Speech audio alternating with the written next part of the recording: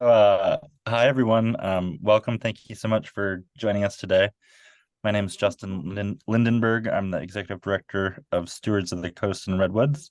We're really excited to have some awesome teammates, our volunteer coordinators who lead different programs to offer some presentations to you today so that you can learn more about volunteer opportunities with Stewards of the Coast and Redwoods. We do only have 13 people on right now. It would be really lovely to get a sense where folks are coming from. Using Zoom, there's should be a mute button in the bottom left of the screen. And we'll let folks navigate to that and help them if you need it. But I'm gonna just run through, and if folks can just go ahead and say your name and in a couple sentences what brings you here today, so that we can get a sense for where you're coming from and what your interests are with the Stewards volunteer programs. And we'll do this with participants and also our team members and presenters as well. So Rebecca, do you want to get us started with that? Do you want to be the first one to introduce yourself? And Sure. My name is Rebecca Andrade. I'm the program manager for Stewards of the Coast and Redwoods. that was very quick and great. Bet. Hi, my name is Bet Merritt, and I'm the volunteer coordinator for the Stewards of the Coast and Redwoods. Thank you, Bet. Rich? Yeah, my name is Rich Lawton, and I coordinate the activities with our volunteer trail group. Thank you, Rich. Christine Long?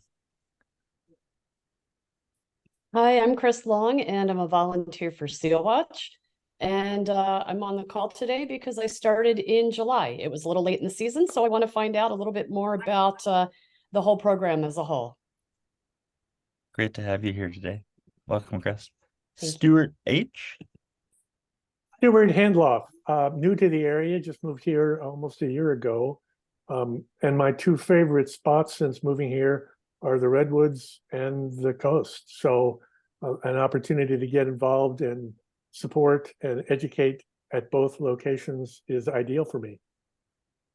You're in great company. We're so glad to have you here today. Thanks, Stuart. Thank you. And Amelia? Hi everyone, I'm Amelia Shaltimova. I'm the Sonoma Mendocino Coast District Volunteer Coordinator with California State Parks. Thank you for being here. Thanks, Amelia. And Lori? Lorri? Yeah, I can't see myself, but can you see me?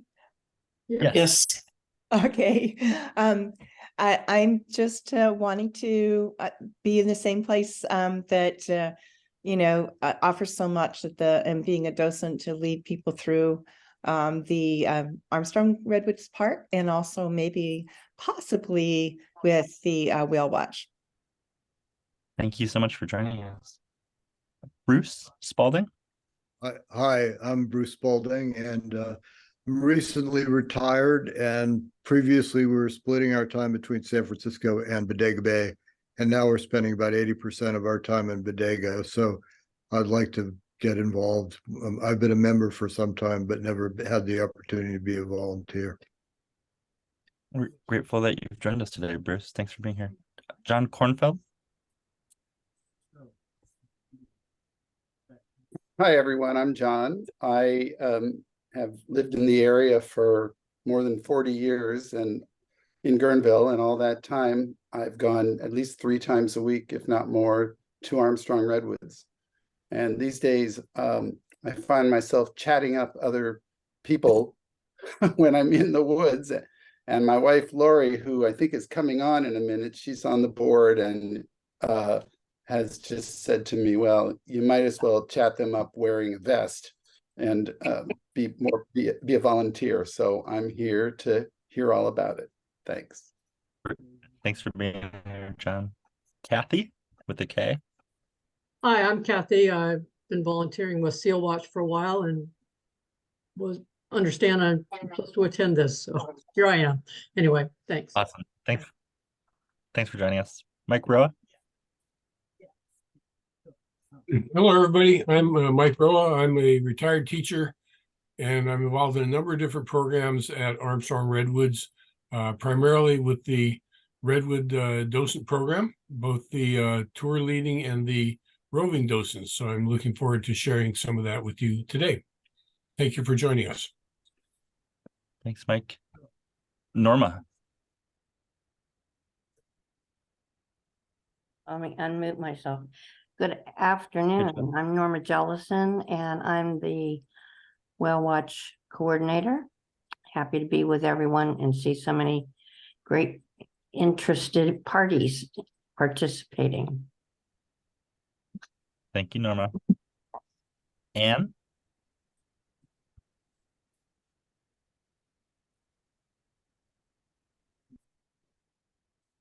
In the bottom left, you're close. Oh, there you go. You got it. Oh, we can't hear you, Anne.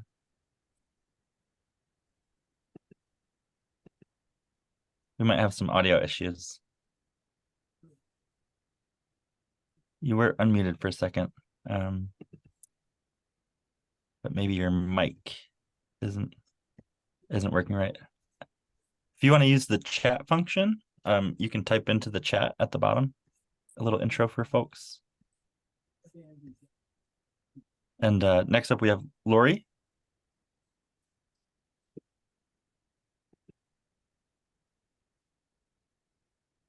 Hi, I'm Laurie Prothrow. I started out a few years ago working as a tide pool docent and got pulled into the board operations. I'm a member of the board for a little over a year now, and I'm program coordinator for Pond Farm. I hope to tell you more about later.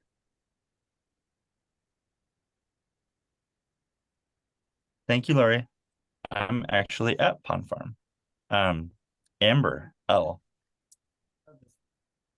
Hi, my name is Amber Lyon. I'm just interested in learning more about volunteering opportunities. I currently live in Guerneville and figure I'm close and living amongst them, so I want to see what I can do to help out with my extra time. Thank you so much for joining us. Hollis. I'm Hollis, and I coordinate the tide.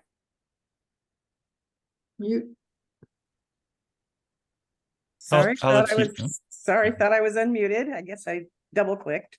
I'm Hollis, and I coordinate the tide pool education program and roving program, as well as the seabird monitoring program and pinniped monitoring. I look forward to meeting you. Thank you so much, Hollis. And last but certainly not least, we have Nina.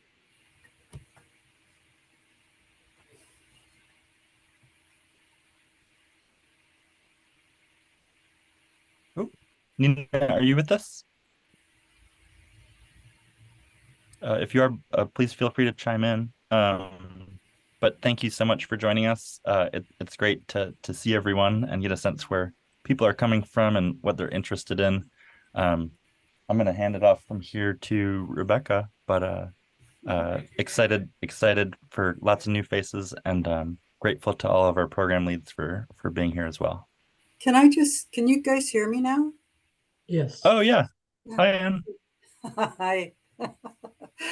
I've used Zoom so many times before. I never had that happen before. But anyway, I am currently working as a docent for Laguna de Santa Rosa. And I have done a couple of things out at the Stewards of the Redwoods and Coast and Redwoods. And I really enjoy it, actually. And I was talking to somebody who does volunteer work I was out at the evening immersion through the forest on the 27th, which was really cool, I must say. And I was talking to a volunteer there, and she suggested I check this out. So that's why I'm here. Thank you so much for joining us. Well, I'll hand it back to Rebecca and the team here, but thank you. Thank you again. Yeah, it's really nice to see everyone and welcome all of our interested volunteers. And I really appreciate everyone that's supporting this effort as far as staff and our program coordinators go. So just to share just a quick introduction to Stewards of the Coast and Redwoods. Who is Stewards of the Coast and Redwoods? So it's one of 90 state parks cooperating association and 10 co-managers, 10 to 15 board of directors, 9 full-time and part-time staff,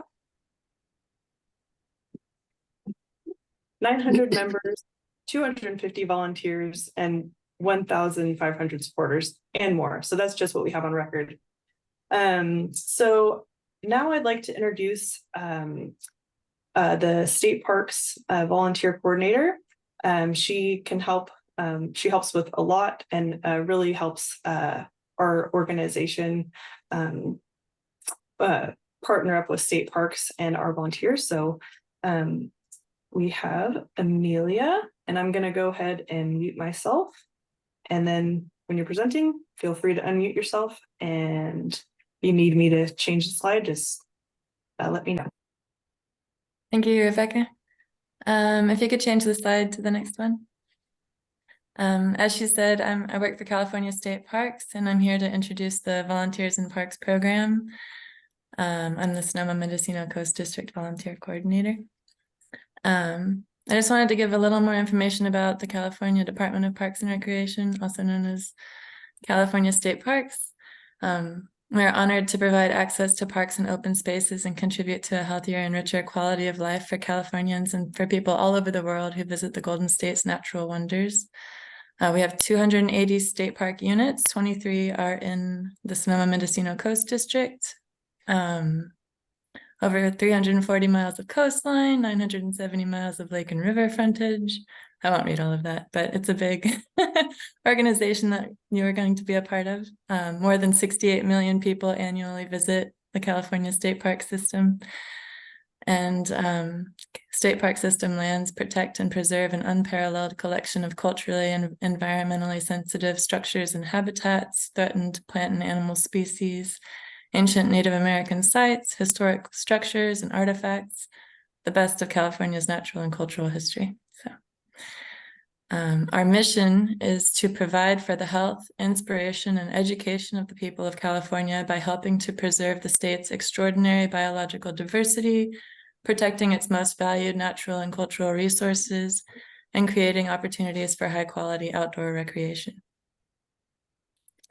I just wanted to orient you to the Sonoma-Mendocino Coast District, of which you will be a part. It starts up here in the north at Westport Union Landing State Beach, and there are 23 units listed here, all the way down to Sonoma Coast State Park. And this is a graph of volunteer time contributed in 2022.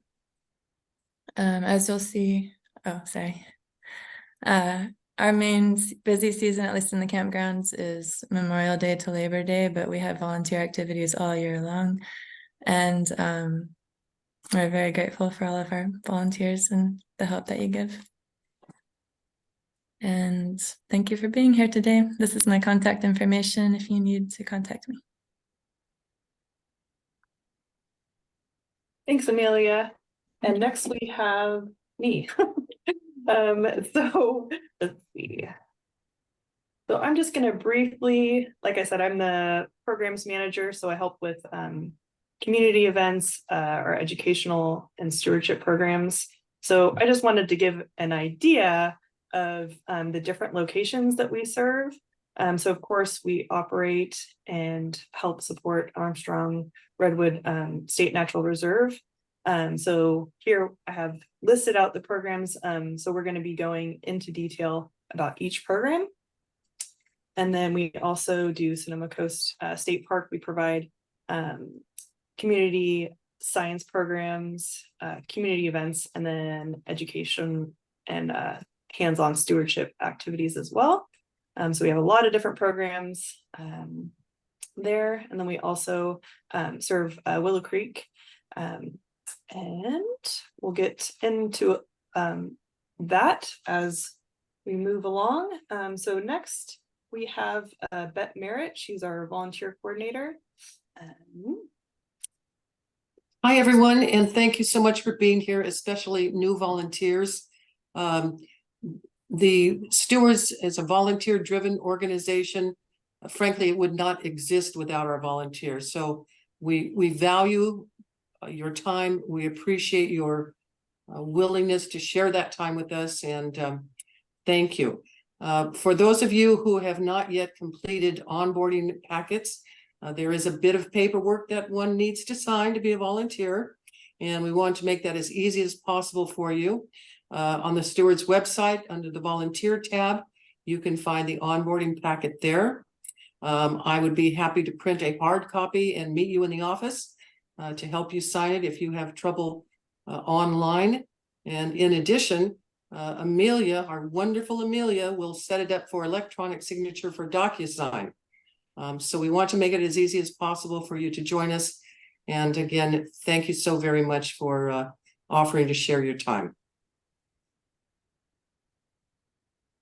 Thanks, Bet. And we also offer really great training. So this is just the general volunteer, but we have a volunteer orientation, but we have really great trainings related to all of our different programs. So they're a little bit more in depth just to support your journey as you become a long-term volunteer. So I just wanted to give a little introduction to each of our program coordinators. So Mike's going to be presenting Redwood Education. Hollis is going to be presenting Tideful Education and the community science programs on the Sonoma Coast. So that's going to be a couple minutes longer just because there's so many great programs out there. And like I said, this is just a really brief introduction, but we have a lot of really great in-depth trainings and orientations for each of these programs. So I highly recommend checking out our events page, and that has all of our trainings, other really fun special events. So we're also going to have Norma from Whale Watch, and Linda and Kathy. I just wanted to mention that they are the program coordinators, volunteer program coordinators for the Jenner Visitor Center and Armstrong Visitor Center, but they weren't able to join us today. So Justin's going to be providing a little bit more in-depth information about how that program works. And then we'll have Claire. She might be joining us later, I hope.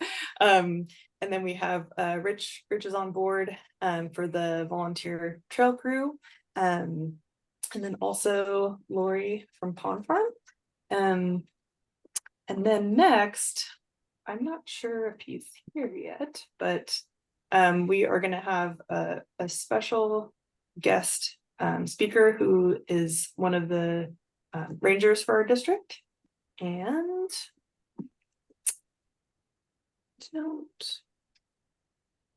don't believe he's on just yet. So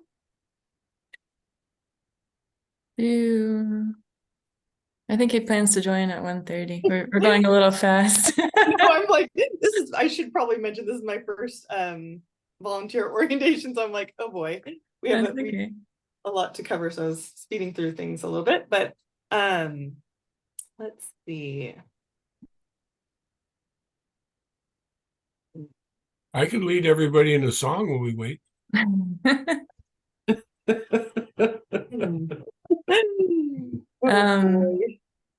If you want, if I could go ahead and go over a little of the paperwork stuff until he gets here, if you want me to. Yeah, that sounds great. Thanks, Amelia. Okay, I'm gonna share my screen then.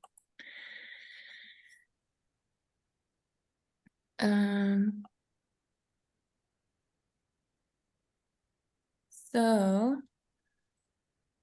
can everybody see my screen? So I'm at the park website. Thank you. So if you go to the stewardscr.org website,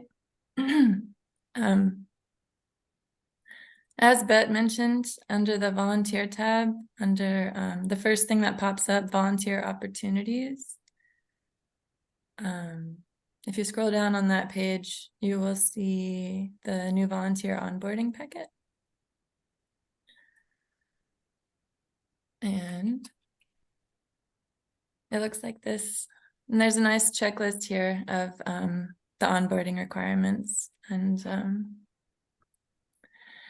so also it includes the paperwork down here. But as Bet mentioned, we're able to print this for you or do it via DocuSign if that is easier, but it's also available here on the website.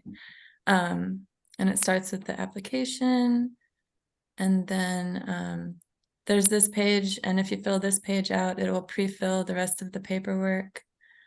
And this is the volunteer service agreement, and this, along with the duty statement, is one of the most important pieces of the paperwork. Those are actually the only two required forms. And once completed, you will be considered a long-term California State Parks volunteer.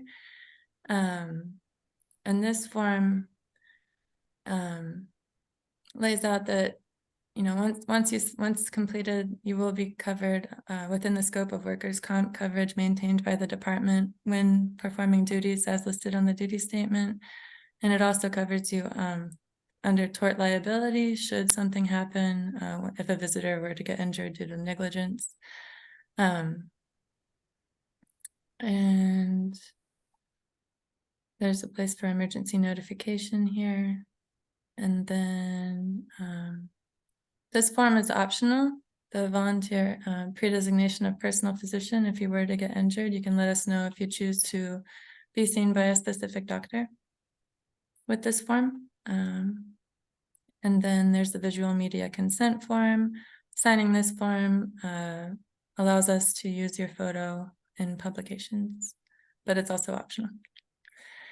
And then another important piece of this is the duty statement. So if you go back up to the top, there will be a link to the Stewards webpage with the duty statements here.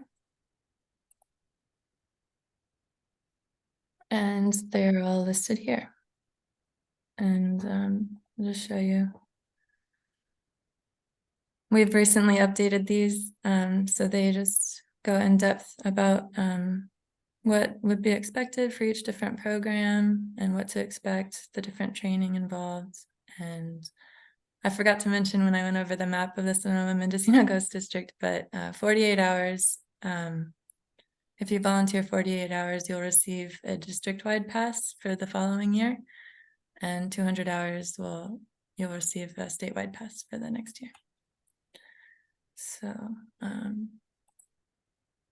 yeah. I guess that's about all I wanted to go over with that. Any questions about the paperwork? I know some of you have already done it, so I don't want to spend too much time.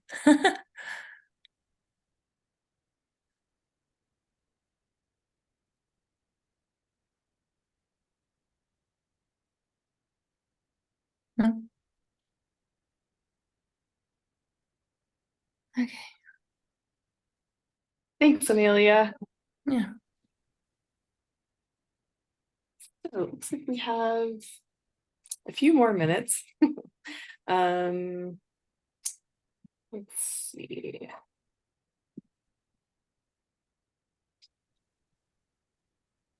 Justin, are you still there? Rebecca, I'm happy to go out of order if you want. I just have a few minutes and I could fill in before Alex gets here or Justin comes back. Perfect. Thank you so much, Lori. And thanks to Amelia as well. Yeah, thanks everybody. I'm really glad to see the volunteers here. As I mentioned in our introductions, I have been focusing on pond farm pottery this last year, building up the docent program there. There are a lot of other aspects to pond farm, which as a volunteer you'll learn about, but my focus has been the tours. For those of you who don't know about this amazing place, Pond Farm Pottery was the home and studio of the Bauhaus trained ceramicist Marguerite Wildenhain. She was a highly recognized potter internationally and a German Jewish refugee who fled the Nazi takeover in Europe and came to Guerneville in 1942 to be part of an experimental arts colony. The colony didn't last, but she stayed on. She bought the property and opened up her own pottery studio and taught there and lived there until her death in 1985. Thanks to hard work on the part of many folks over many years, the Pond Farm site was designated a national treasure in it was in 1916 maybe, and then sorry, 2016. And we're currently waiting on formal recognition of our status as a National Historic Landmark. It's fantastic, and it's right here in our park. It's like a little secret, just a few minutes up the road from Armstrong Woods. The docent program is intended to spread the word about Pond Farm more widely and to share with the public the really important and moving story of Marguerite Wildenhain. We do this through scheduled tours. The property has 3 original buildings: Marguerite's home, her studio, and a guest house that's used by the Artist in Residence program. If you don't think you're the interpretive tour guide sort of person, we also welcome volunteers to help with site restoration at Pond Farm. One of our priorities this year is to start redeveloping the extensive gardens that Marguerite planted and cultivated in her 40 years on the property. The tours take place once a month, every 3rd Saturday from May through October, and private tours can be scheduled year-round. They generally last about 2 hours. There are always at least 2 docents per tour, but more often than not, there are 4 or 5 or 6 docents there anyway, because everybody loves being there so much.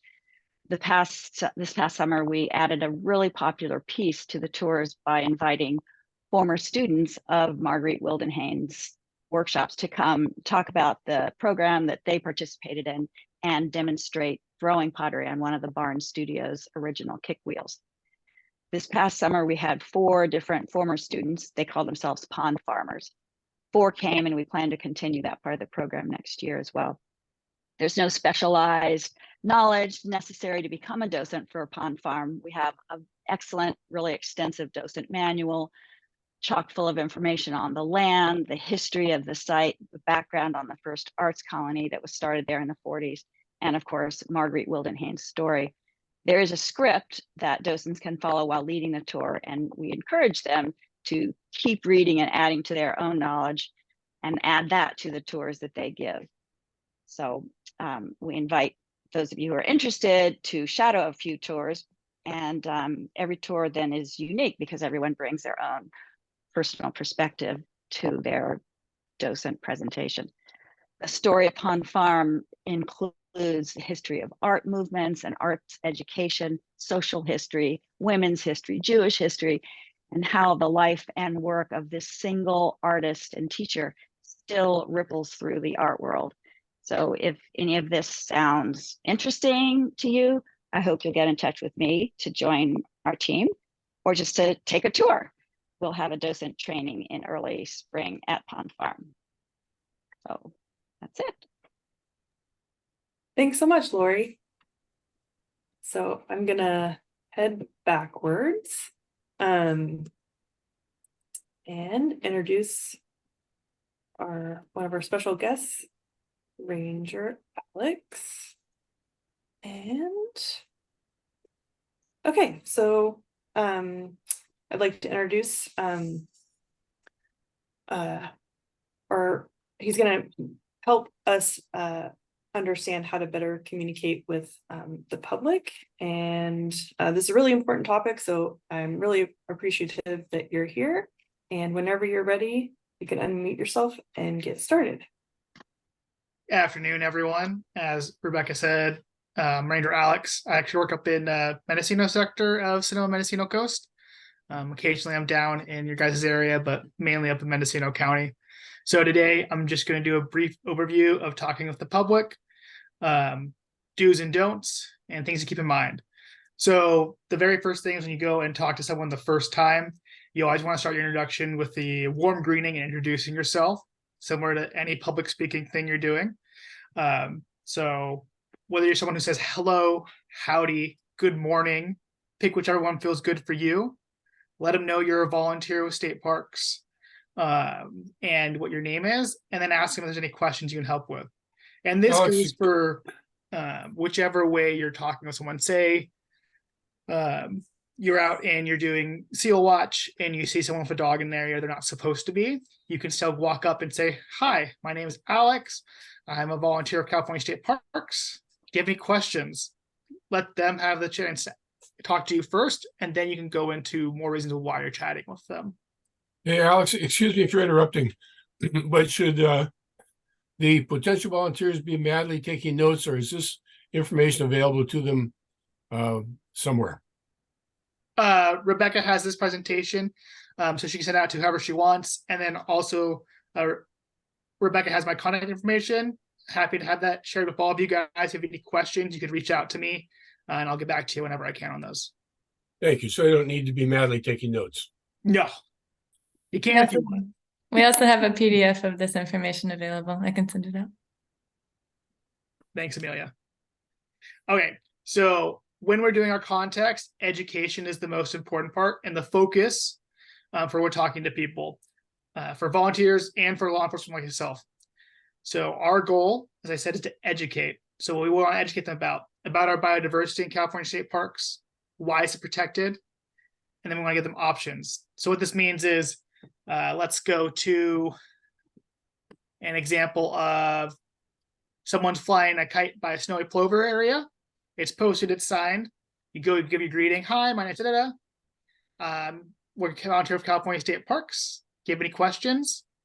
No, you say, "Oh, I saw you're flying a kite over the snowy plover protected area. You know, we have a district superintendent order that says we're not supposed to do that. The reason we do that is because it's an endangered species, and we're working on getting their numbers back up." Now, and then we want to give them options for where someone can do the activity they're doing. So you want to direct them to an area that doesn't have a nesting snowy plover area, so they can still continue their activity and recreate in the state parks. You can go ahead to the next slide, Rebecca.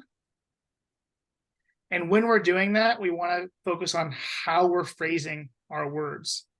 Our goal is to not be confrontational, and it's to use words like "I" instead of "you." We don't want to put the onus on the person there. This is a conflict management strategy. If you go up to someone and say, "You're breaking the rule, your kite's not allowed here," it's not going to go over as well as you say, "Hi, I noticed that your kite is flying by the snowy plover area. I know that that's not an area you're allowed to fly your kite. You can fly it over here instead." It's going to have a very different impact when you're talking to someone. Another thing is there's some phrases you want to avoid. This goes, I find, in my everyday life as well as when working. You never want to yell at someone, "Come here." Don't tell them they wouldn't understand, because those are the rules. Calm down. I'm doing this for your own good, and why don't you be reasonable?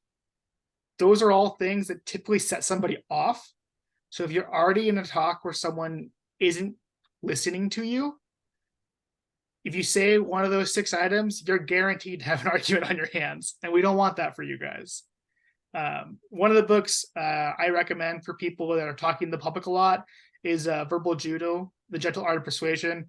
It is geared towards law enforcement, but it's a short read, and it talks about how to get people to listen to what you're saying and how to phrase things in a way that'll help connect with them.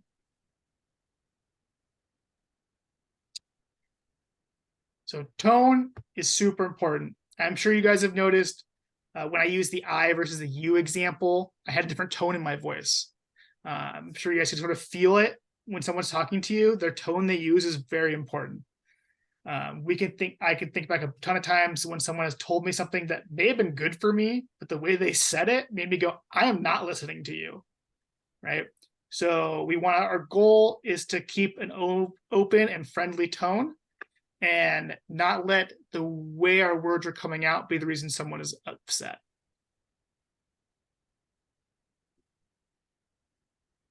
All right. Now, as you guys have noticed, I talked a little bit about people being upset, arguments. It's important to know when to back off. You guys are volunteers.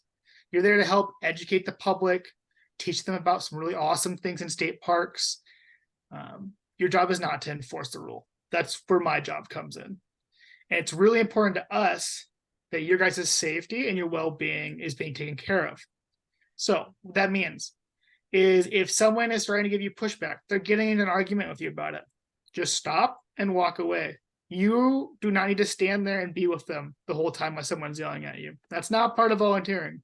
Volunteering is being out in the public, having the opportunity to teach someone the awesome parts of different parts of parks, whether it's trail crew, the pottery farm you guys are talking about, or seal watch, whale watch. It's being able to teach people. It's not being yelled at. If someone's yelling at you, you back away, and in a few slides we'll go over talking to NORCOM. Another key thing is, oh, 1 second, Rebecca, go back. As I mentioned, you guys are educators, not enforcers. Thank you.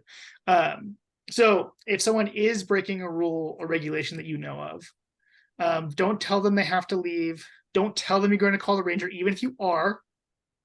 Don't tell them you're going to be in trouble. Those are all words and things that can set someone to be more argumentative when you're talking to them.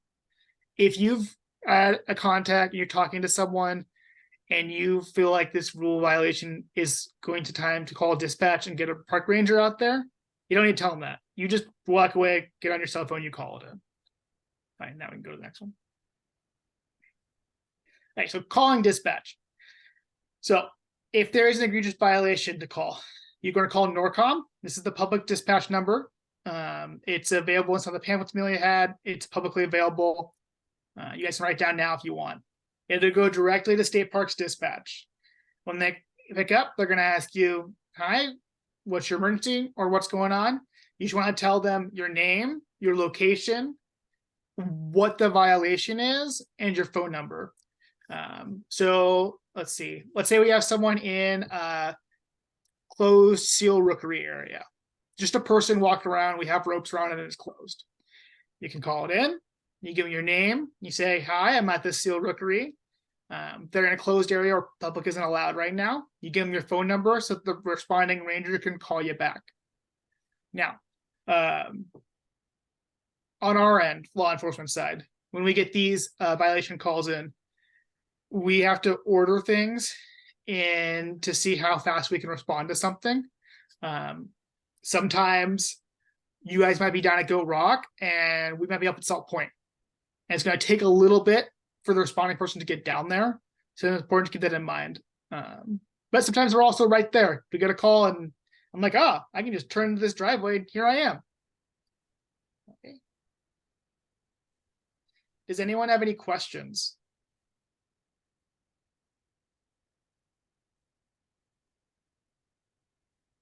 All right. I just had one question. Yes, Rebecca. I think there's some kind of distinction for like, there's like violations and then there's emergencies. And I think that comes up a lot where, you know, people want to know what to do in emergency. And from my understanding, it would be calling 911. Yes. So Right. anytime you have an emergency, just call 911. That'll go to all the different agency dispatches that need to get sent out. So we'll use a trail crew example this time. You're out on a trail at Armstrong Redwoods. You come upon someone who's broken their leg. If you have cell service, fantastic. You call 911. It's going to go directly to a dispatch that's going to get fire started, park rangers started, and EMS or paramedics. If you just call our dispatch line first that I told you earlier, that's a non-emergency one, it'll take an extra step to get everyone out there. Thank you. Yeah.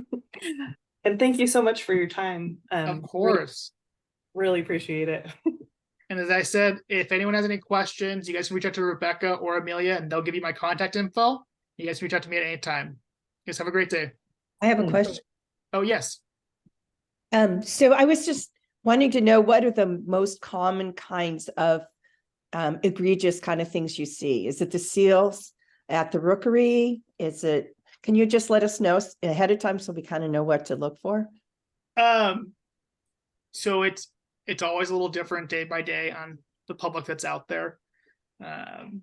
Usually it's going to be something like someone has a dog off leash in a no dog area that's running around and chasing sort of wildlife.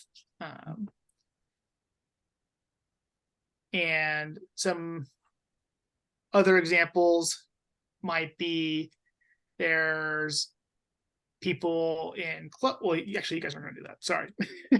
You guys aren't going to really be in closed areas or after hours, so you don't have to worry about that. That's my job. Other examples are just sort of people not paying attention to closed signage or little things we put up, like for the snowy plovers. We see that a lot. People don't necessarily know what the gate fencing is for because it's symbolic fencing, and not everyone reads signs. So that's why our volunteers then do use education I was talking about to talk to people to inform them about it. And then typically we get the call when you guys have had the chance to explain something to something, educate them in a kind, friendly manner, and they're just not quite getting it, and they just need another person to come talk to them who's a little bit of a higher level. Thank you. Any other questions? All right, you guys have a great time. Thanks again. Thank you. Okay, so now we have, up next, we have the introduction to the Armstrong Redwoods and Jenner Visitor Center.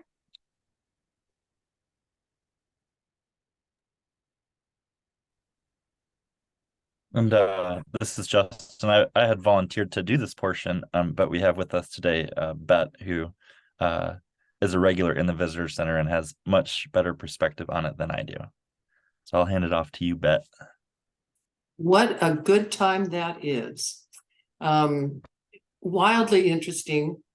First of all, you're meeting people from literally all over the world. Everybody is usually in a really good mood because they're happy to be either at the coast or in the redwoods. An abundance of really great swag if you're looking for Christmas gifts. So you're interacting with the public, answering, basic questions about the park and the coast. The most frequent question would be, where are the restrooms? You'll be there. There's training. You will be selling merchandise. Very, very easy thing to do. Trust me, if I can do it, anyone can. It's all computerized. Again, very easy to do. For me, I fill in when when needed. But I think that and being a docent at the park are just two really good time things to do. But both visitor centers, again, the time flies by. You're meeting really interesting people, and it's just a whole lot of fun. Thank you, Bet. And thank you for filling in for Kathy Moore. Kathy Moore is the coordinator for the Armstrong Redwoods Visitor Center. So Kathy's the one that generally starts off working with new folks and offers them training and support, and would just invite you, anyone, to spend a day with Kathy in the Visitor Center. It's we like to have people cross train as well. So some docents have found themselves in the Visitor Center, and some people like it in there better than working out on the forest floor. So I'm now filling in for Linda Fisher, who's off on a exotic birding trip somewhere around the world. I think Mongolia right now. Linda coordinates the Jenner Visitor Center. The Jenner Visitor Center, relative to the Armstrong Redwoods Visitor Center, it has a lot less visitation overall, and a different type of visitation. So the folks that come into the Jenner Visitor Center are generally people that are traveling up and down the coast, from park to park, and coming in for information on where should I go hike, and what park should I go to, and I'm interested in camping. What's a good spot to camp? The Jenner Visitor Center, the building itself, that photo in the top right, shows the setting of the location. It's a really beautiful and awe-inspiring place to volunteer and spend time. That deck looks out onto the Russian River, which is actually a protected state marine recreational management area. And then where the river mouth meets the sea is a state marine conservation area. I was out there last week and saw some cranes and seals, and you see hawks. It's a really great place to spend time and a really valuable resource to the public. So we'll send out everyone's contact information to folks after this based on what you're interested in. And we'll make sure to send Linda's contact information so that you can link up with her to set up a time to shadow if you'd like to explore volunteering with the Jenner Visitor Center. And I'll leave it at that unless there's anyone else that would like to add anything. I know Hollis used to volunteer there some time ago, but thank you. Yeah, I'd just like to say that I was working full-time at the time that I was volunteering there, Monday through Friday, and every other weekend I would set my alarm on either a Saturday or Sunday morning, and the alarm would go off and I'd wonder, why I had committed to a morning at the visitor center, and I'd go down 116 and I'd hit the first view of the river in the estuary. And then it was, oh yeah, this is why I'm here. And so if you have trouble getting out of the house on a weekend morning, it's a great way to get yourself to the coast. You're on a shift until 1 o'clock. Then you're free to enjoy the coast on your own for that time. It's you get a lot of different questions, wildflower season, where can I tide pool? What are those birds out there? So if you're in love with the coast, it's a wonderful way to share your passion with the visitors that come through. Thank you so much, Hollis. Yeah. Thanks, Hollis, Bet, and Justin. So next we have Hollis is going to provide some information on the tide pool education program and the community science programs on the Sonoma coast.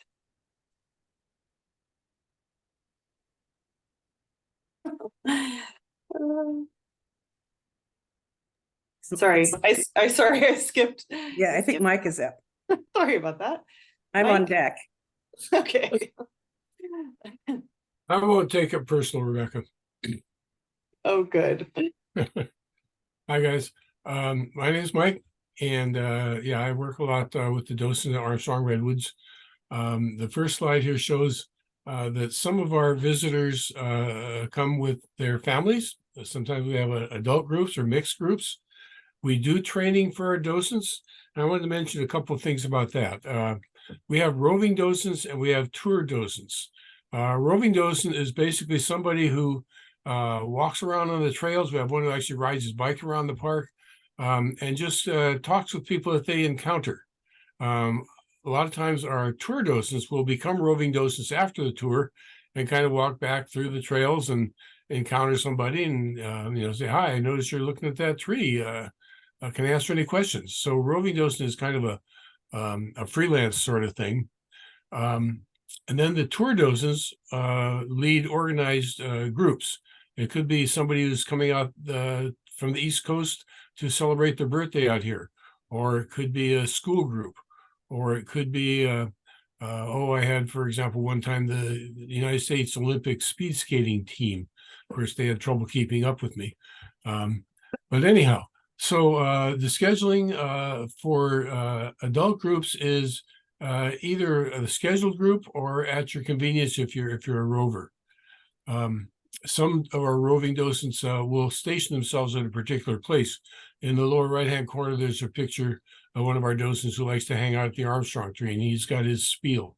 So roving docents is one way of being a docent. And again, as I said, we do trainings. We have one coming up on December 5. So if you're interested in being either a roving or a tour docent at Armstrong Redwoods, please sign up for the training on December 5th. Sometimes our visitor center docents do the trainings just so they can better answer questions when people have them. We also provide a frequently asked question document to help you out with that. Next slide, please. So oftentimes we have school groups. A lot of our docents are retired teachers, and some of our docents prefer to work with the younger kids. Some prefer to work with the older kids. Some docents prefer to just work with adults. So it's up to you. You're a volunteer. You can choose which groups you want to volunteer and work with. Again, we provide training, we provide resources. One of the resources is the handbooks. All the programs have handbooks. I think they're all either in the process or have recently been revised. So you'll have handbooks, you'll have other resources. We have lots of resources on the website. Also, Redwood docents don't just work at Armstrong. Occasionally we get out to Pomo Canyon. And if you've not been to Pomo Canyon, check it out. It's just south of the Russian River mouth, and especially in the springtime. It's a redwood forest, but it's very different from Armstrong. Anyway, so check out Pomo Canyon. Somebody asked when the ranger was talking about confrontations at Armstrong. The most common thing we have is people with dogs on the trail where they're not supposed to be. But of course, when you ask them about that, they always say, well, that's a service dog. So that's the way it is. The other thing that sometimes people go off the trail, off into the woods a bit. And so, but those aren't really big deals. And I've never had a real confrontation with anybody. So again, we're happy to train you. Hope to see you on December 5th if you're interested. And when you do decide you want to do it, shadow somebody for as many times as you want. Every docent is different and every tour is different. So shadow a number of tours, and then when you feel confident, go for it. If there are any questions, go ahead and ask now, or you can put them in the chat. Anybody want to ask a question now? Yeah, Mike, what you referenced that park south of the Russian River, was it Pomo? Could you spell that? Pomo Canyon, P-O-M-O Canyon. Got it, thank you. I think it's part of the Willow Creek State Park watershed. So you take the Willow Creek Road, you know where that formerly a Russian restaurant is just south of the river mouth, right? Okay. There's what used to be a Russian restaurant. There's a road beside it, Willow Creek, and that'll take you to the Pomo Canyon. Great, thank you. Anything else? All right, see you all December 5th. I put a little PDF in the chat about service animals in state parks if anybody's interested, since Mike mentioned it. Thanks, Amelia, and thanks, Mike.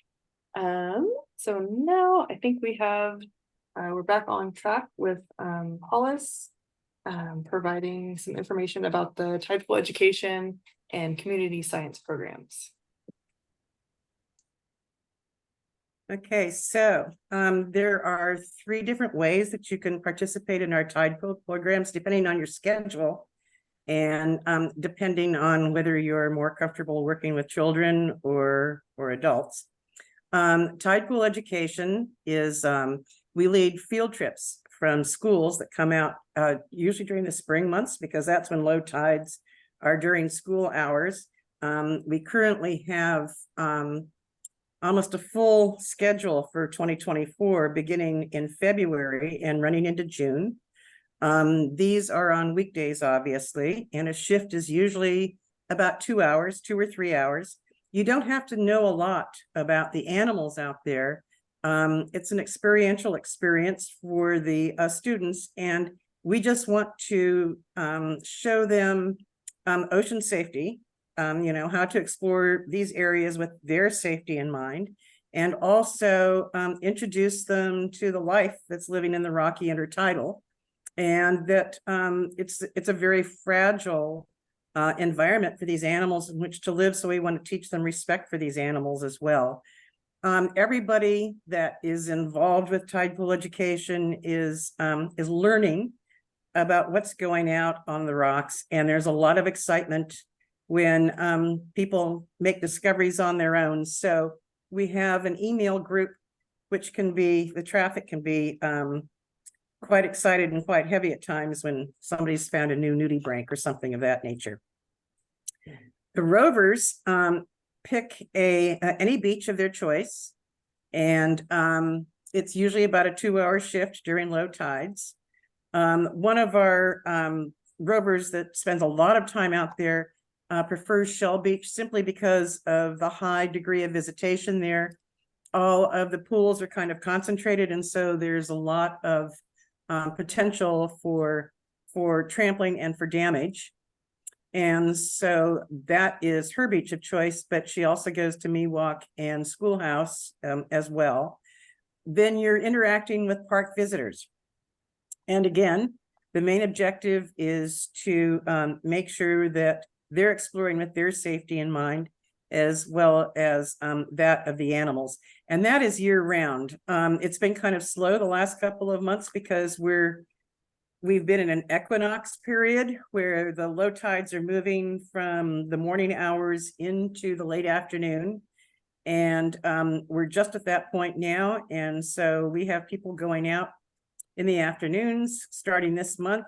And if you're interested in shadowing a rover, you can let me know and I can certainly set something up. This is also true of tide pool education. If you'd like to join us on a field trip, you're certainly welcome to see what it's like. I want to say something about tide pool education. There are always these kids that my daughter was one of them. She was always kind of grubby because she was always chasing snakes or lizards or something into the bushes and into the dirt. And so there are always those kids that are always into nature and are naturally curious. There are those who aren't. And sometimes when you're out there with them, you see the light go on in somebody's eyes and they become fascinated with what they're seeing. One kindergarten teacher sent me a wonderful email after a field trip because there was a 5-year-old child in her class who had been very withdrawn all year. He whispered, he hardly spoke up. And when they were at Schoolhouse Beach, and on the way back, she could hardly get him back to the beach in time as the tide was coming in because he had to stop and look under every rock and see what was there and talk excitedly about what he was seeing. And she said, you know, I kind of get tired of this. And then this was a strong reminder of why I do this. So it's a wonderful experience for the docents as well as for the children. This coming year is really special because of a Pathways grant. We're leading field trips for a lot of children that go to school in the town of Sonoma and Santa Rosa, yet have never had a coastal experience. So these types of field trips are really special for us.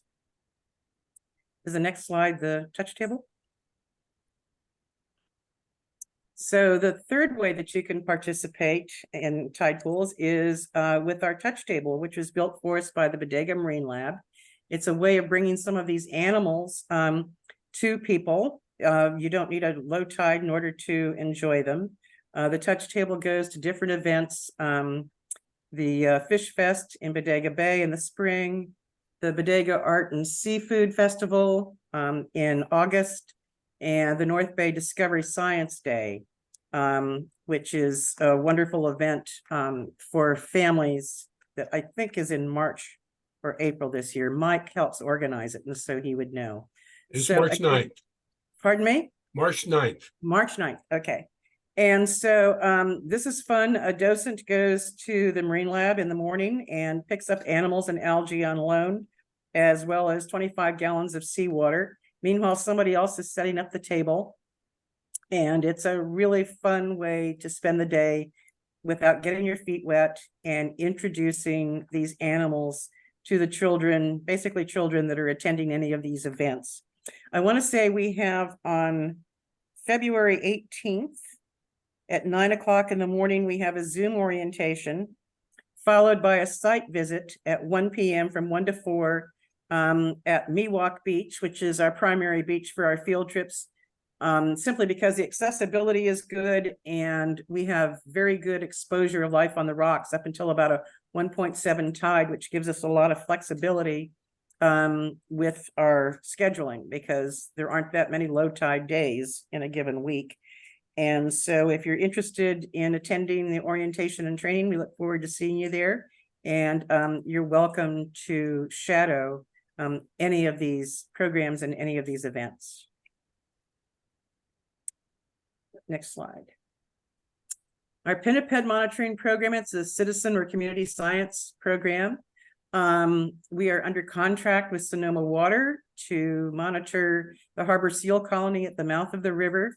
This is a solitary activity. You pick up your equipment and your data forms at the Jenner Visitor Center, and then go up to the overlook that up on Highway 1 that looks down in the mouth of the river. It's a 4-hour shift, and it's we have 2 regularly scheduled shifts per month. They're generally on a Tuesday. You can, although you are free to sign up for either the Tuesday, Wednesday, or Thursday of that week, depending upon your schedule. So it is a weekday activity. The shift starts anywhere from 8:30 in the morning until 12 noon. We ask you to avoid high tide simply because there are fewer animals to count when there is less of a sandbar in order for them to haul out and rest. And this runs from March through October. Sometimes the sandbar closes the mouth of the river. The estuary backs up, and Sonoma Water has to go out and do a mechanical breach. If that happens, they ask for volunteers to go out the day before they do the breach so that they can do a count of the seals, followed by the day after the breach so that they can document the impact of the equipment and the opening of the mouth of the river. So again, this is another activity you're welcome to shadow a monitor when they go out. It's a community science program. I'm kind of passionate about community science because it's a way of observing with consequences. So if you're out there looking at what's going on, you may as well be documenting it and turning that data into agencies which use it to inform decisions on how to manage our resources. Next slide, please. Oh, I'm sorry, a bird just flew in my house. Oh, go, okay. Seabird monitoring. Sorry about that, that was kind of startling. Our seabird monitoring program was originally funded by the California Coastal National Monument, which has jurisdiction over all of the offshore rocks along the Sonoma coast, and their division of the Bureau of Land Management. We are one of 6 or 7 chapters, statewide chapters of the Seabird Protection Network, which is an organization that is whose auspices are the Greater Farallones National Marine Sanctuary. We monitor 3 or 4 slightly offshore seabird breeding sites. We begin in, well, because the common murres have been arriving earlier and earlier, our monitoring season for those sites begins in March and runs through the end of August. The other sites we begin monitoring in April, and that runs through the end of August. We monitor each site 1 day a week. It's normally a 1-hour shift for the count, but your time, by the time you pick up the equipment, get out to the site, do your counts, do your paperwork, return the equipment, can be anywhere from 2 to 3 hours. There's one site that we monitor on a weekend day, and so we try to make this convenient for those that work Monday through Friday. The other sites are during weekdays, and this is something that you're welcome to shadow. You don't need to know a lot about our seabirds. There are very few, there's a limited number of species that are breeding out there. Once you get past the 3 different species of cormorants, you're good to go. It's a wonderful way to, with some of the sites where the birds are close in, it's a wonderful way to observe them and their family life. They're doing job number 1 is raising a family. And if you are a birder, you know that as soon as you get your binoculars or your scope on them, they tend to vanish, and they're now out of focus. These guys are stuck on their nests. They have no choice but to let you observe them and their interactions. One of the sites that we do is Bodega Rock in the middle of Bodega Bay. This has been a site for Brandt's cormorants for a number of years. It's a brand new site for common murres, and they share that rock with pinnipeds.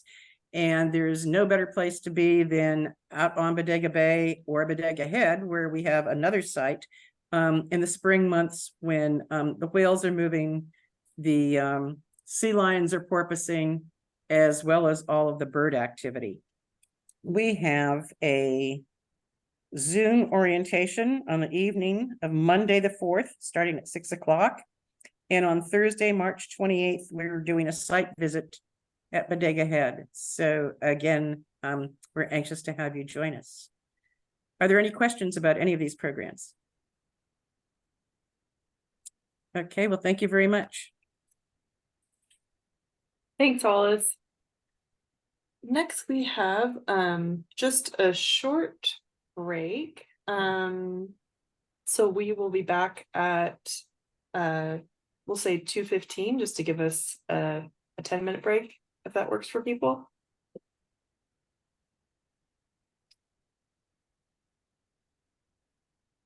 So yeah, we'll rejoin at 2:15.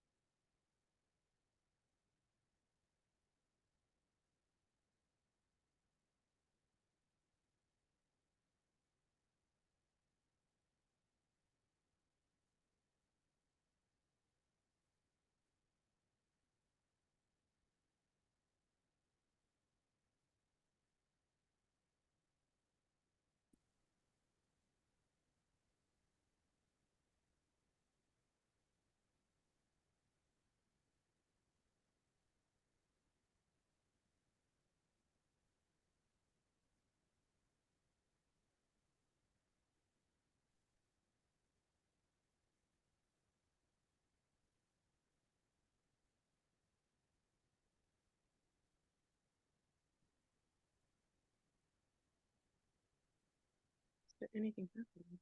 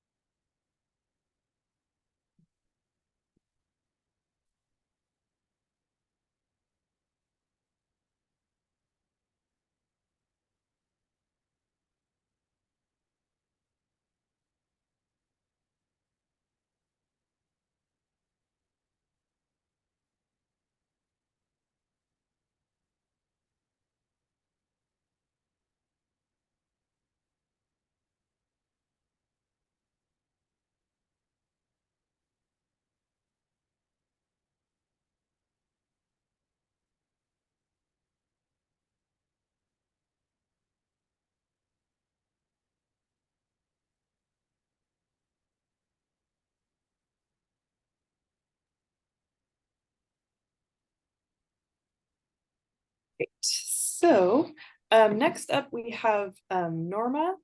If you're ready, just let me know when you're ready. I'm ready. Can you hear me? Loud and clear. You're all Okay, good. good. Yeah, I'm getting an unstable internet connection message for a while there.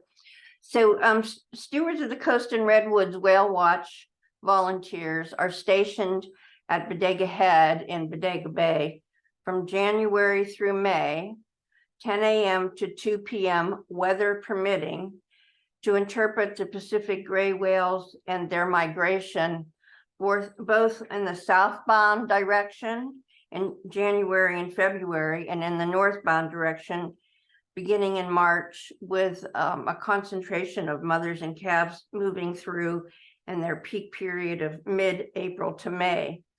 So the Whale Watch volunteers greet park visitors who, again, we have the pleasure of having people come from all over the world, not necessarily knowing that they're going to be at a place where they see whales. They just know they want to be at Bodega Head and hike around. So the whales are an extra. But we greet the visitors and we help them to see the gray whales from an overlook area. And then we provide information at a display table about the gray whale life cycle.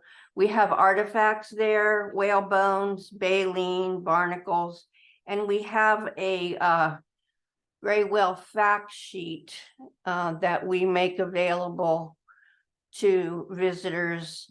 And also the Whale Watch volunteers can use this as sort of a little cheat sheet.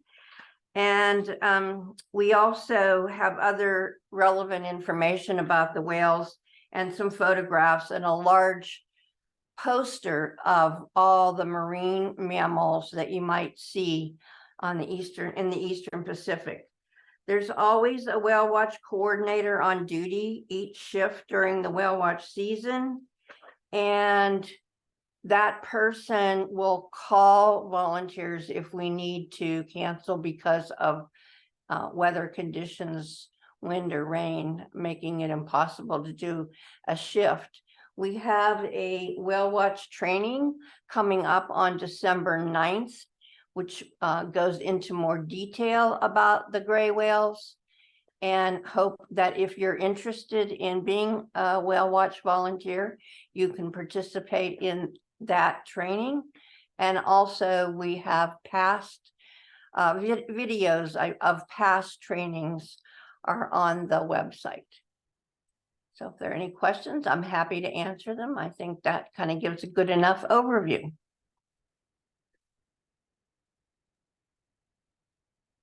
Thanks, Norma.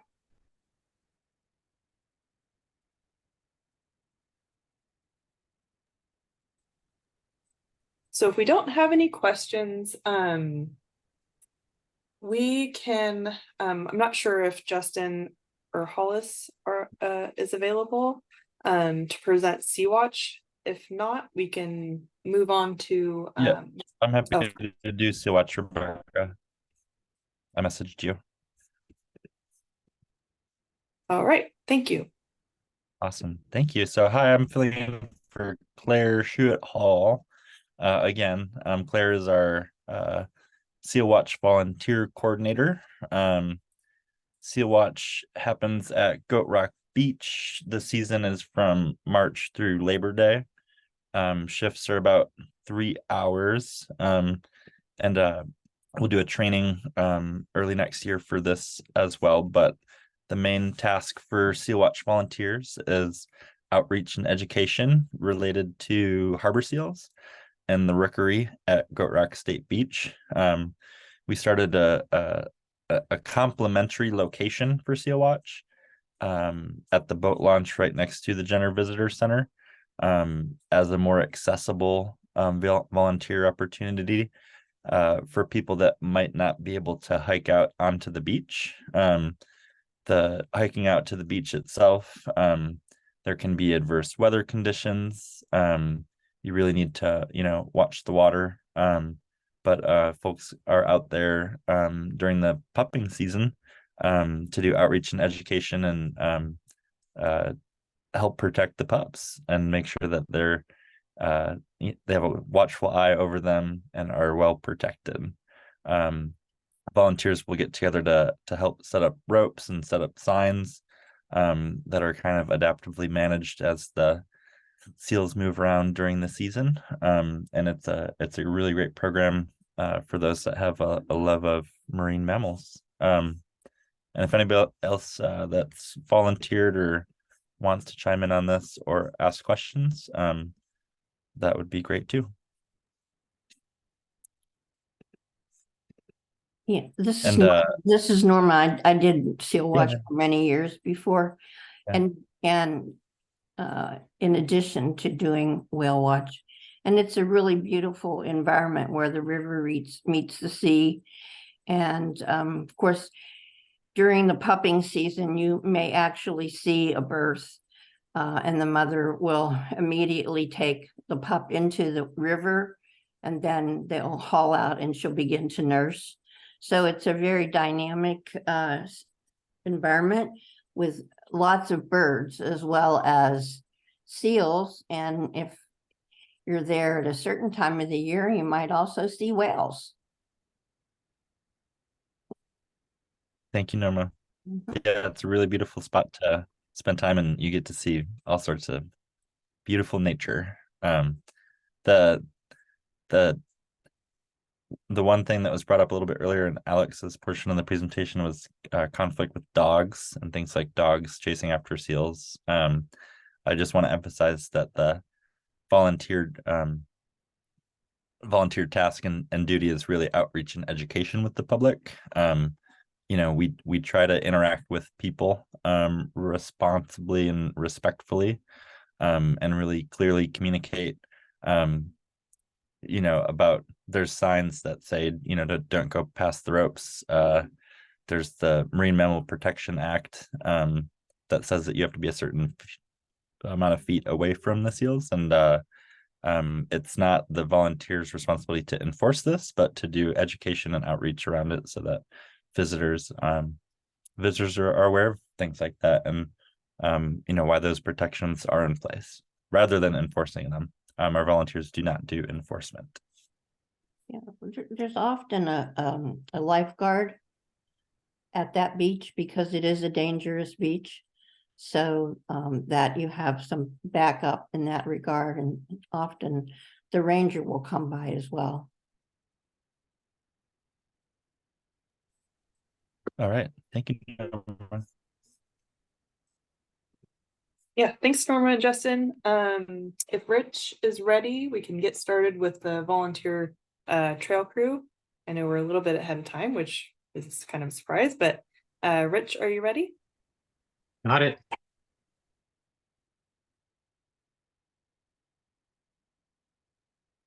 All right, Stewards.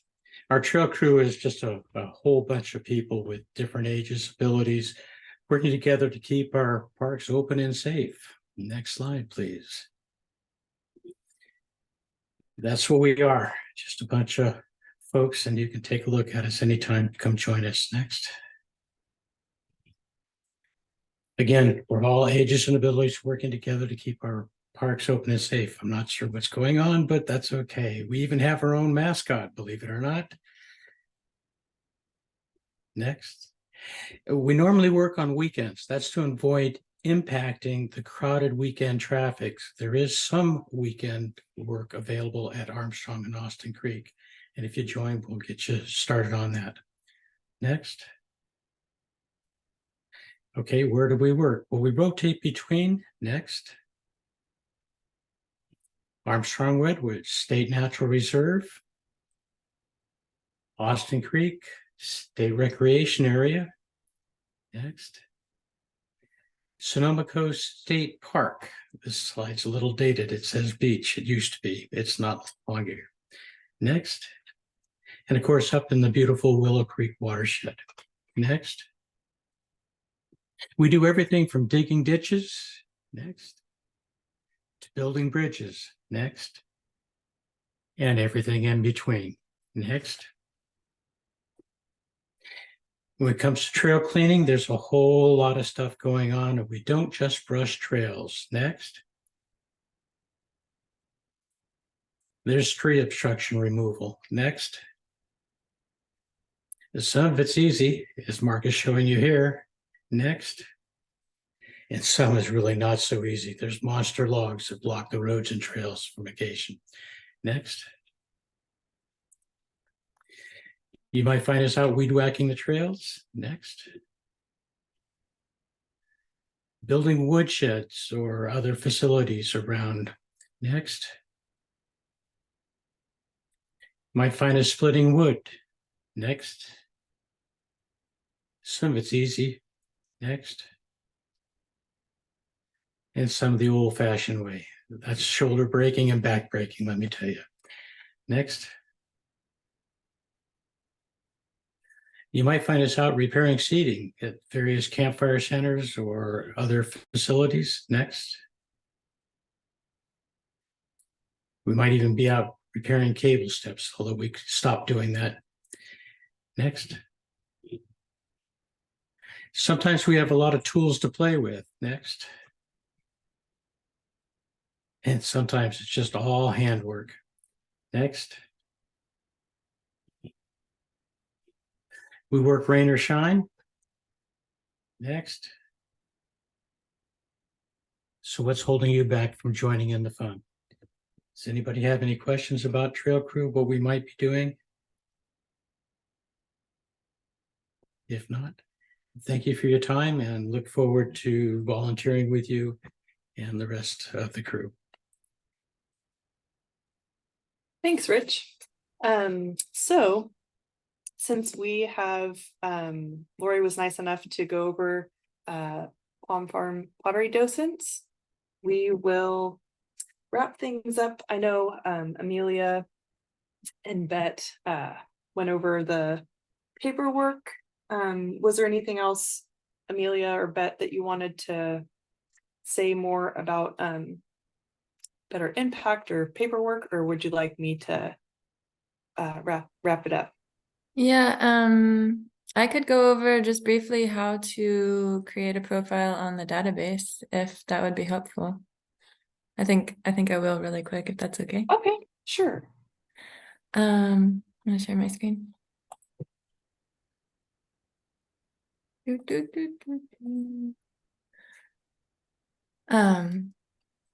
So again, to access the Better Impact database that California State Parks uses to keep track of volunteer time, you can go to the Stewards website. Also, I usually send a link to it once you've completed paperwork, so that's another way. But there's a couple places where you can find a link to it. I'm just going to go back to the new volunteer onboarding packet because it's there at the bottom here. Register on the volunteer portal, Better Impact. So the page looks like this. If you've never used the Better Impact software before, then you will want to create a username here on the left side of the page. And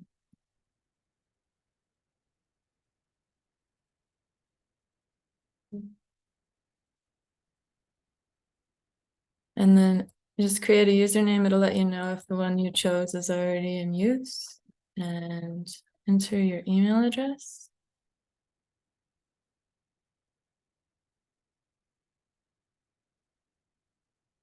And then there's this page, which will ask you to create a password. Oops. And then moving down this page, all you have to do is fill in these fields marked with a flag.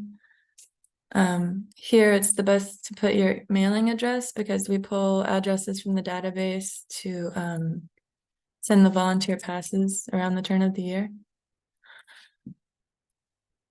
And I'm just going to do this really quick so I can go to the next page.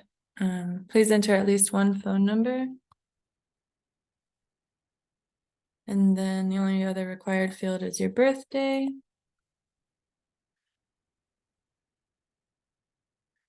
Save and continue. And then the next page will ask for emergency contact information. These fields, why you want to become a state park volunteer, and this one's required, it has a little flag, but these other ones where it asks you to write stuff, you don't have to do it right away. You could always fill it in later. It's not required immediately. Please choose your primary park. References are not required. And then agree. This button here tells you what you're agreeing to, that we might require confidential information. And then submit application. That's it. Once you have all the, of course you have to fill in all the forms, but make sure to push that button at the end, and then it will send me a notification that you've completed your profile, and I will reach out to you when I've set it up and it's ready, and you'll be able to go to www.myimpactpage.com to log in, which looks like this. And you just log in with that username and password that you created. And the volunteer portal looks like this. It tells you how many volunteer hours you've worked this year. If you scroll down, there's some news on the Stewards page here. And the main thing to do with this page is to go to the hours tab. There's a lot of functionality on the database, but we just use it for reporting time. And also there's a training module that you can access on here. And this is what it looks like when you go into report time. You'll just choose an activity, enter the date and the amount of time. And some activities ask for volunteer comments, so you can just type in how was your day, how was the weather, how many people you interacted with. I spoke to 7 or 5 visitors. Whatever you feel like writing there, and then just push save, and it's here. And that's all there is to it for logging time. So there. That's all. Any questions about that? I did notice we did have somebody join a little late. Just wanted to say hi, Sandy.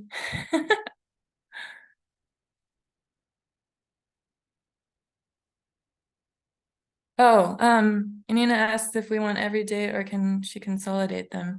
It's okay to report time in bulk. We can enter it on the last day of the week for the week, or the last day of the month for the month. It won't let you enter hours in the future, but it is okay to enter hours in bulk. If you prefer to do it that way, that's okay. Yeah, I take it. I take advantage of that, so I don't have to enter my hours every day or 2 or 3 or 4 days when I'm out there. I just keep track of them on a piece of paper on my computer and enter them once a month. And then in that comment box, I just say, these are the hours for this date to that date or for the previous month.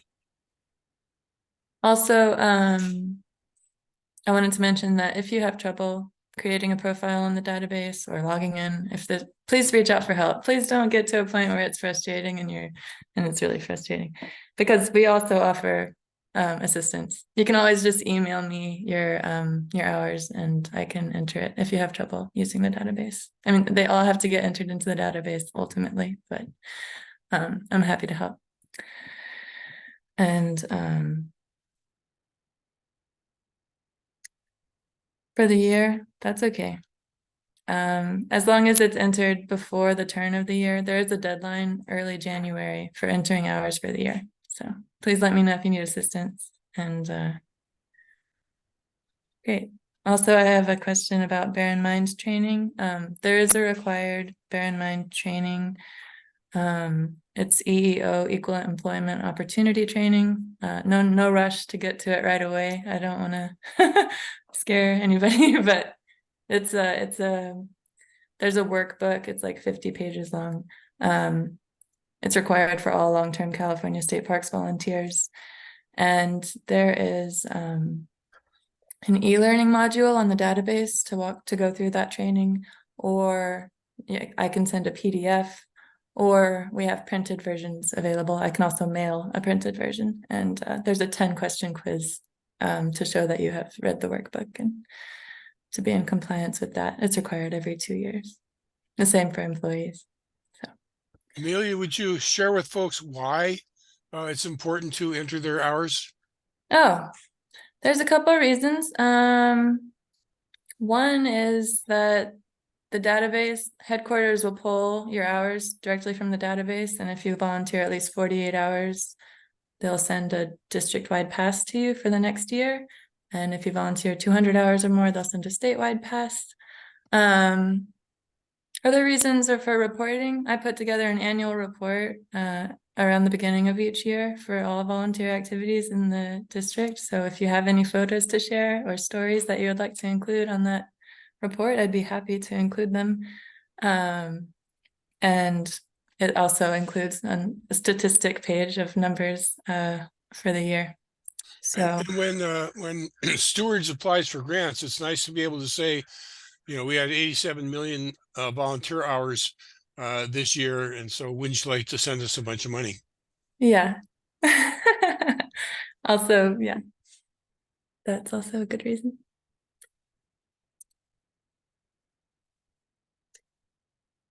I want to thank everybody for being here. Thank you for everybody at Stewards for everything that y'all do. It's a pleasure working with all of you. Thanks, Amelia. And also to like you said, like Amelia said, if you have any, if you need some kind of support with the onboarding process, or if you have questions about any of the requirements, you're welcome to reach out to Amelia, Bet, and I. Another thing I do as program manager is create training opportunities and different community events for volunteers to gather. So with the Bear in Mind training, we want to provide more support for volunteers to have a little bit more fun than just having the workbook on your own. So we're hoping to start just a little gathering to make it a little bit more fun and not as intimidating. So we're really flexible about supporting volunteers and new ways of doing that. So if you have any ideas or any, any trainings you're interested in having, or any kind of new fun community events or any gatherings with volunteers, I'd be happy to help facilitate that. And I really, really appreciate all of your time and effort with this program.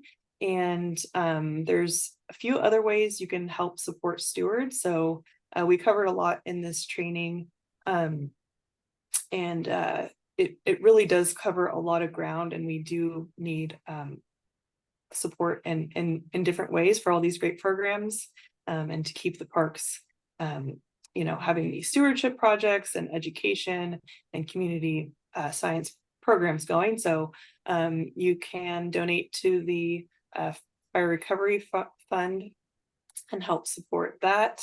You can become a new volunteer, of course, consider becoming a board or committee member and volunteer at our special events. So we went over some of the special events, like the Art and Seafood Festival, and we have a lot more going on, and they're always changing. So definitely check out our website for that. And that's another way you can invite your friends and family to help volunteer at those special events as well. It's more of a one-time thing, or it can be.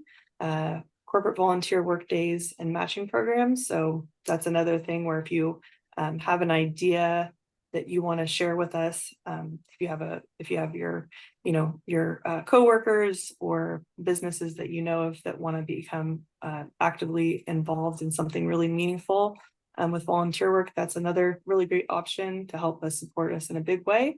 Of course, you do this just joining us. You're sharing your talents and your unique personalities, and we really appreciate your time and company with that. And then our newsletter is fantastic as well. So Justin, did you have any final words? I just wanted to thank everybody, especially folks joining us for the very first time. The amount of information provided to you today can be intimidating or seem overwhelming, but it's because we have so many wonderful programs. And I would just encourage everyone to think about approaching this as a journey. And you took a first step with us today, and the next first step is to, do another training for a specific program or link up with a volunteer coordinator or volunteer lead to shadow and learn more. And, I really hope that you try it out and see what you like, and hopefully you'll stick with that. And just want to say, yeah, thank you. And thanks, Rebecca, and Stewards staff and all of our volunteer leads for joining us today as well. And we're done early, which is great. So we can all go outside now. My baby turned 6 Does months anyone have today. I think we can stick around for a minute if anyone has questions, but otherwise that wraps us up today. Thank you. Thanks, everybody. Thank you. Thanks, everybody. Bye-bye. See you on the trails, I hope.